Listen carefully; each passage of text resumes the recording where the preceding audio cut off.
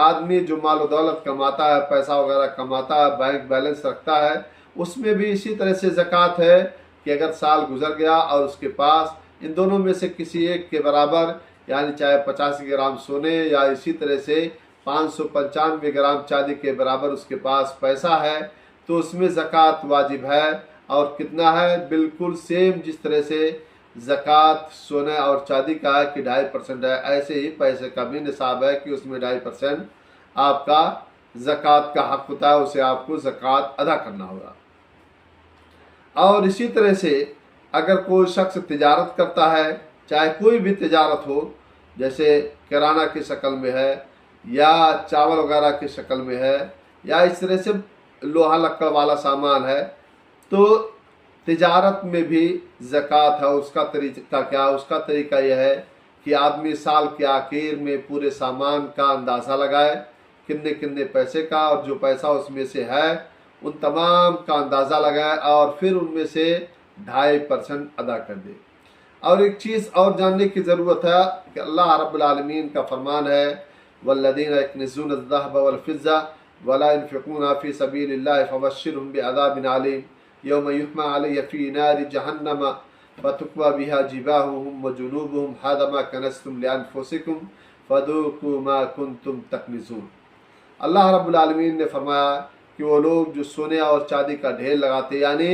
سونا چاندی کو بٹور کر رکھتے ہیں اور اسے اللہ کے راستے میں نہیں خرچ کرتے ہیں، فبشرهم بعذاب علیم، تو آپ انہیں دردناک آگ کی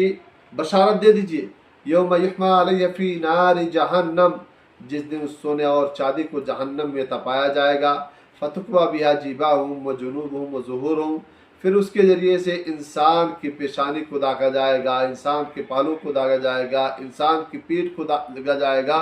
اور کہا جائے گا فذوقوا ما کنتم تکنزون، تم لوگ مزہ چکھو اس چیز کا جس کا تم ڈھیر بنا کر رکھتے تھے۔ لہذا میرے بھائی اور دوستو، پتہ یہ چلا کہ حقیقت یہ ہے کہ مال بٹور کر رکھنا، چاہے سونا چاندی ہو، چاہے پیسہ ہو، چاہے غلہ ہو، اور اس کا زکوٰۃ نہ ادا کرنا، یہ بالکل انسان کے لیے خسارے کا باعث ہے۔ اور یہ چیز حقیقت میں جو ہم وقتی فائدہ دیکھتے ہیں دنیاوی محبت کی خاطر، ہم دنیا ہی کو سب کچھ سمجھ بیٹھتے ہیں اور دنیاوی محبت کی خاطر مال کا زکوٰۃ ادا نہیں کرتے ہیں، دنیا ہی کو سب اصل سمجھ لیتے ہیں، تو جان لیجئے کہ یہ قیامت کے دن ہمارے لیے وبال جان ہوگا۔ لہٰذا اسلامی بھائیوں اور بہنوں، کہنے کا مطلب یہ ہے کہ ہمیں چاہیے کہ ہم جو حقوق جہاں اللہ رب العالمین نے اور اللہ کے رسول صلی اللہ علیہ وسلم نے بتلایا ان کا دھیان رکھیں،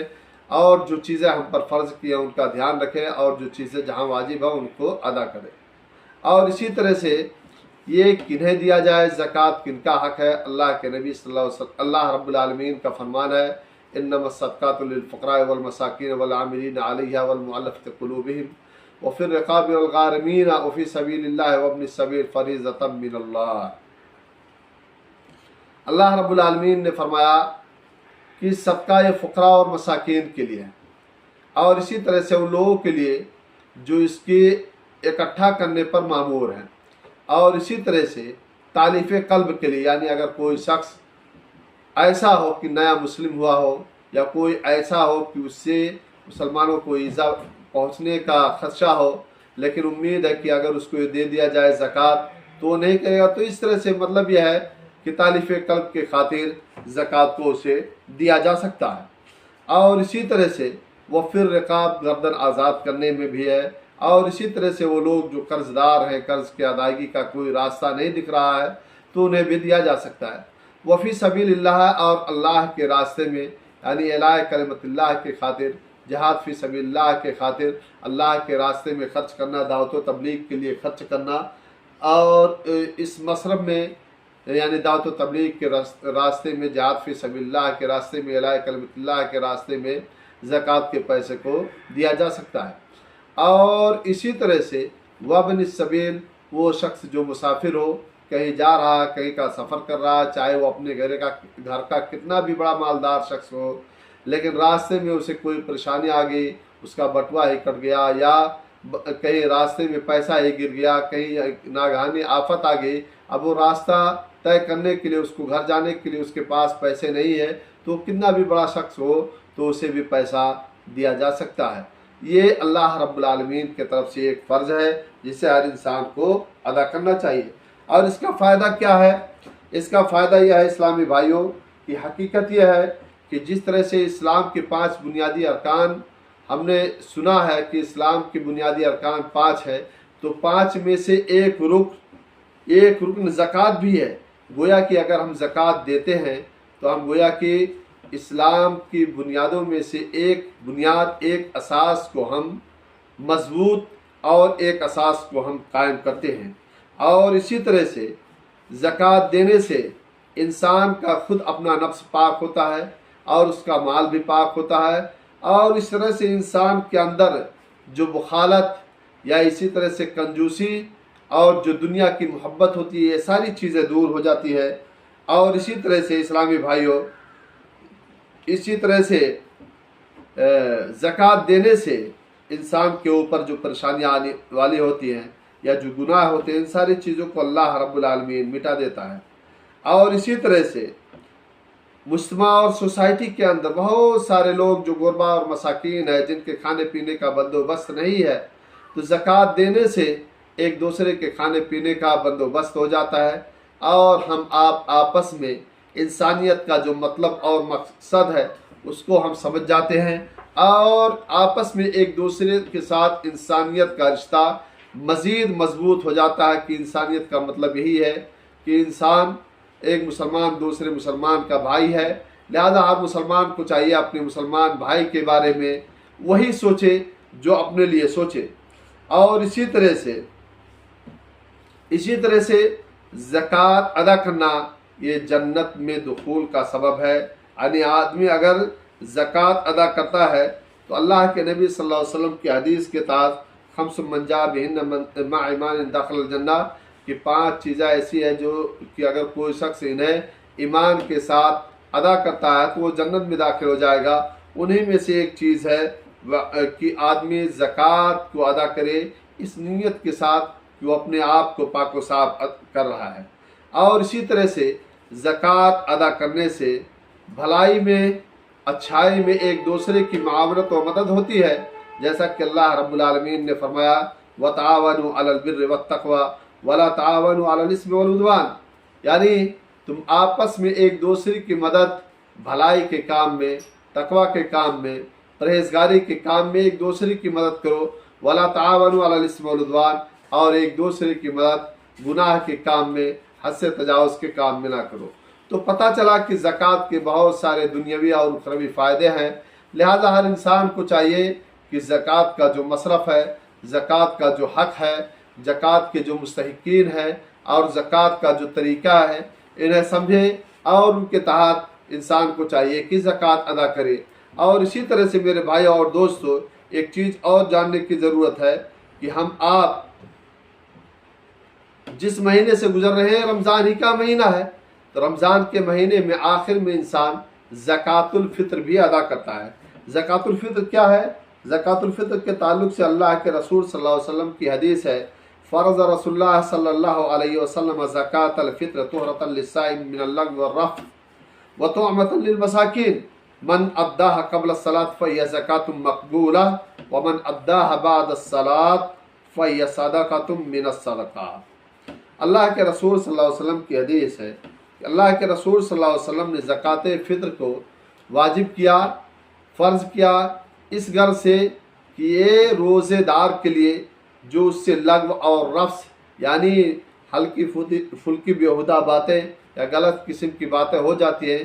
تو اس کے تلافی کے لیے ہے، اور اسی طرح سے یہ مسکینوں کے کھانا کے لیے ہے۔ لہٰذا جس شخص نے اس کو اذان سے نماز سے پہلے ادا کر دیا، یعنی عید کی نماز سے پہلے ادا کیا، تو اس کا زکوٰۃ الفطر ہوا، اور جس نے اسے عید الفطر کی نماز کے بعد ادا کیا تو یہ عام صدقہ ہوا، زکوٰۃ فطر نہیں ہوا۔ پتہ یہ چلا کہ زکوٰۃ فطر یہ عید گاہ جانے سے پہلے ادا کر دینا چاہیے، اور زکوٰۃ فطر کا وقت کیا ہے کہ ہم چاند دیکھنے کے بعد اسے ادا کریں۔ لیکن اگر پریشانی ہے، لوگ دور دراز سے آتے جاتے ہیں، مسئلے مسائل ہیں، تو جیسا کہ سلف سے منقول ہے کہ انسان اگر چاہے تو